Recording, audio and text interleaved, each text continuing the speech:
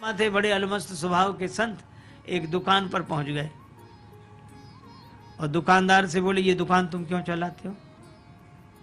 उसने कहा कि महाराज दुकान पैसा कमाने के लिए। अच्छा, पैसा क्यों कमाते हो? बोला परिवार पालने के लिए। अच्छा, परिवार क्यों पालते हो? बोला जीने के लिए। महात्मा बोला अच्छा एक बात बताओ, जीते क्यों हो? का इसका जवाब नहीं। अब महात्मा बोले अच्छा चलो जाने दो। ऐसा हाथ बढ़ाया, बोले ले, परमात्मा के भगवान के हाथ में एक अंगूठी पहनाते, परमात्मा के हाथ में। वो बोला हद हो गई बाबा, इतनी नास्तिकता का प्रचार करोगे? तुम परमात्मा हो जो कह रहे परमात्मा के हाथ में अंगूठी पहना दे? महात्मा ने अपने कान पकड़ लिए, गलती हो गई, अब नहीं कहूंगा। लेकिन एक बात बताओ, ये दुनिया बनाई किसने? बोला भगवान ने, परमात्मा ने बनाई, परमात्मा की है। महात्मा बोले अच्छा दुनिया और अपना देश? बोले वो भी परमात्मा ने बनाया, परमात्मा का है। अपना प्रदेश? बोले वो भी परमात्मा ने बनाया, परमात्मा। अपना जिला? बोले वो भी परमात्मा ने बनाया, परमात्मा। तो अपना शहर? वो भी परमात्मा ने बनाया, परमात्मा। यहाँ रहने वाले? बोले सब परमात्मा ने बनाए, परमात्मा के। महात्मा बोले तो दो को छोड़ दिया, एक हमें दूसरा तुम्हें। अरे बोले नहीं महाराज, कैसी बात करते हो? आपको भी परमात्मा ने बनाया, हमको भी परमात्मा ने बनाया, हम भी परमात्मा के, आप भी परमात्मा के, और इस संसार में जो कुछ है सब परमात्मा का है। महात्मा बोले तो ये हाथ तेरे बाप का है? परमात्मा में ही बालक वृद्ध जवान स्त्री पुरुष यह सब बने हुए हैं। भगवान ही भगवान है एकमात्र।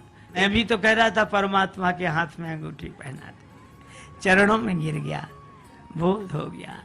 हम लोगों के साथ सबसे बड़ी कठिनाई यही है, उस अद्वैत में हम स्थित नहीं हो पाते और प्रेम के द्वारा उस अनन्य भाव तक पहुंच नहीं पाते। तब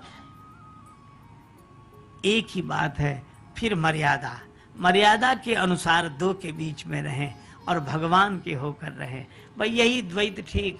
जाने की जीवन की बलि जई हो, चित कह राम सीय पद परिहर अब न कहूं चली जई हो।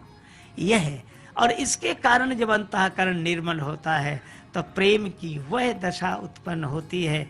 मुझे मेरी मस्ती कहाँ लेके आई, जहां मेरे अपने सिवा कुछ नहीं है। वह अद्वैत। या तो तू रह जाए। देखो ज्ञानी और भक्त में एक ही अंतर है, ज्ञानी के यहाँ मैं रह जाता है, मैं, और भक्त के यहाँ तू शेष रह जाते। तू, वह कहता बस तू ही तू है आरजू, यही बस तू ही तू रहे, बाकी न मैं रहूं न मेरी आरजू रहे। ये तू, और जहाँ तू शेष रह जाए वहाँ भक्ति की पूर्णता, और जहाँ मैं शेष रह जाए वहाँ ज्ञान की पूर्णता। तो ज्ञानी में मैं शेष रहता है, भक्ति में तू शेष रहता है, और जो न ज्ञानी होते न भक्त होते हैं वहाँ मैं तू होती रहती है।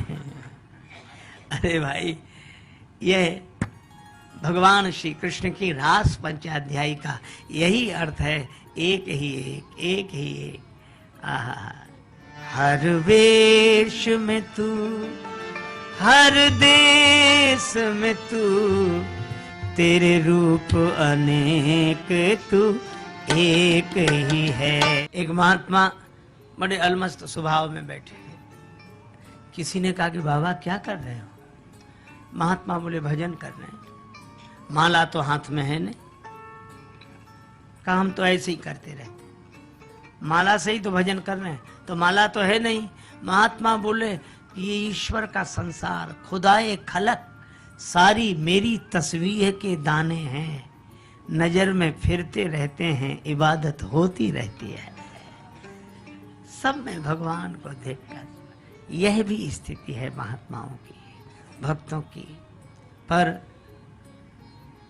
ये दोनों लीलाएं, धर्म, मर्यादा और प्रेम। पर भगवान श्री राम से तो मालियों ने कहा सरकार लीजिए दल फूल। राम जी दल फूल लेने लगे लैन दल फूल मुदित मन। मन कैसा? मुदित मन है। उसी समय भगवान जब दल फूल का चयन कर रहे हैं, आई कैसे? तई अवसर सीता तहां आई, गिरिजा पूजन जननी पठाई। अब यहां भी देखो, श्री सीता जी कैसे आई? का मज्जन कर सर सखिन समेता, गई मुदित मन गौरी निकेता। मुदित मन। और राम जी दल फूल कैसे ले रहे हैं? का लगे लेन दल फूल मुदित मन। दोनों का मन एक है और दोनों का सौंदर्य एक है। सहज सुंदर सामरो। हमारे राम जी सहज सुंदर हैं। अच्छा, सहज सुंदर कैसे जानते हो? हम लोग अच्छे अच्छे वस्त्र आभूषण धारण करें तो ज्यादा सुंदर लगते हैं, और वस्त्र आभूषण ना हो तो कम सुंदर लगते हैं। पर हमारे राम जी वस्त्र आभूषण से सुंदर नहीं लगते। भगवान ने श्री अवध में वस्त्र आभूषण धारण किए तो करी मज्जन प्रभु भूषण साजे, तो कितने सुंदर लगे। का अंग अनंग देख सत लाजे, 100 कामदेव लज्जित हुए। अंग अनंग देख सत, 100 कामदेव लज्जित हुए। और राम जी ने जब ये वस्त्राभूषण उतार दिए, भगवान ने वलकल वसन पहने, तो वन में देवियां क्या कहती हैं? कोटि मनोज लजावने हारे। वस्त्राभूषण धारण करें तो 100 कामदेव लज्जित हुए, और वस्त्राभूषण उतार कर वलकल वसन पहन लिए तो कोटि मनोज लजावन हारे। ये सहज सुंदर। और श्री सीता जी सुंदरता कहूं सुंदर करई, छवि गृह दीप शिखा जनु बरई। दोनों का मन एक, दोनों का सौंदर्य एक, और दोनों की महिमा एक। सम विरंच विष्णु भगवाना, उपजहि जासु अंश ते नाना। ऐसे राम जी और श्री सीता जी उपजहि जासु अंश गुण खानी, अग्नित लक्ष्य उमा ब्रह्मानी। तो दोनों का मन एक, दोनों का सौंदर्य एक, दोनों की महिमा एक। ये दोनों इतने एक। श्री तुलसीदास जी इसीलिए दोना का वर्णन करते हैं। पत्ते का पात्र, उसको दोना बोलते हैं। सुमन समेत बाम कर दोना। ये दोने में सुमन है। और इसका अर्थ यह है कि श्री सीताराम दो दिखाई दे रहे हैं, पर ये दो ना, ये दो हैं नहीं, ये दो ना। और दो नहीं के भाव में ही मन नहीं सुमन खिलेगा, सुमन रहेगा कि ये दो दिखाई दे रही हैं। श्री सीता जी में राम जी, राम जी में सीता जी। ये अब अभिन्न है। गिरा अर्थ जल बीच सम कहियत भिन्न न भिन्न, बंदहु सीताराम पद जिन्हि परम प्रिय खिन्न। श्री राधा कृष्ण भगवान भी अरब रात मिलवे कहा निस दिन, मिले रात जनु कबहु मिले ना। ये एक में ही, अद्वैत में ही द्वैत की लीला है। श्री सीताराम भी दो नहीं। अच्छा, दो की दृष्टि से देखते ही द्वंद्व पैदा हो जाएगा। इंद्रपुत्र जयंत ने द्वैत की दृष्टि से ही तो देखा। श्री सीताराम दो नहीं, पर चित्रकूट तपस्थली और त्याग तपस्या की भूमि के दृश्य को कोई स्वर्ग से, भोग की भूमि से देखे तो सही मूल्यांकन नहीं कर सकता। वह चित्रकूट में आकर देखता तो सही बात दिखती। वह तो स्वर्ग से देख रहा है।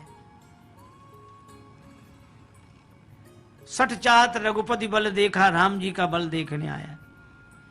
भगवान सो रहे हैं श्री सीता जी की गोद में सिर रखकर, और जयंत ने श्री सीता जी के चरण में चंचू का प्रहार किया, पर श्री सीता जी ने कुछ नहीं कहा। मां तो मां होती है। क्षमा मां का स्वभाव है। ये भाग जाए, उड़ जाए और राम जी को पता न लगे। क्यों? कुपुत्रो जाए तो क्वचिदपि कुमाता न भवति। श्री सीता जी ने कहा भी नहीं, लेकिन भगवान बिना कहे जान गए। अच्छा, जयंत भागा क्यों नहीं? वह तो बल देखने आया है। भगवान ने बाण लगा दिया पीछे। जयंत ने सोचा कौए के पीछे लगा, हमारे पीछे थोड़े ही।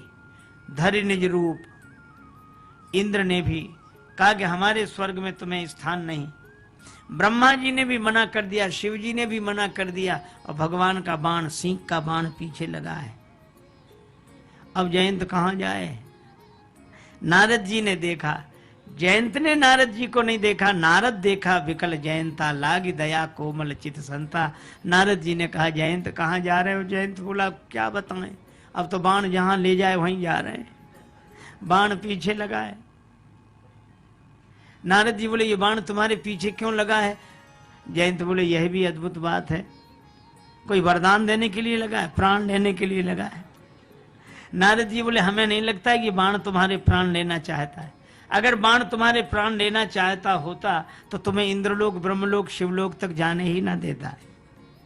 तो महाराज ये बाण प्राण भी नहीं लेता और पीछा भी नहीं छोड़ता। नारद जी ने कहा इस बाण से त्राण पाने का एक ही उपाय है। क्या? पहले ये सोचो बाण है किसका? का भगवान का। का भगवान के बाण से तो भगवान ही बचा सकते हैं। तुलसीदास यह जीव मोह रज जोई बांधे से ही छोड़े। तुम भगवान की शरण में जाओ। जयंत ने कहा चला तो जाऊंगा, लेकिन भगवान पूछेंगे कि जयंत भागना था तो शरण में क्यों आए? तो कह देना कि प्रभु आपका प्रभाव देखना था इसलिए भागा। सारे संसार में आपका ही प्रभाव है। अच्छा, भाग ही गए थे तो अब शरण में क्यों आए? तो कह देना कि प्रभाव देखना था इसलिए भागा, अब आपका स्वभाव देखना है इसलिए शरण में आ गया है। और लीला में वर्णन मिलता है कि भगवान ने एक नयन करी तजा, भगवान ने राखा जियत आंख गही फोड़ा, एक आंख फोड़ दी। अच्छा देखो कितना बढ़िया संकेत है। मानो भगवान कहते हैं कि हमको और श्री किशोरी जी को एक ही दृष्टि से देखना। इसमें रहस्य यही है कि हमें और श्री जानकी जी को एक दृष्टि से देखना।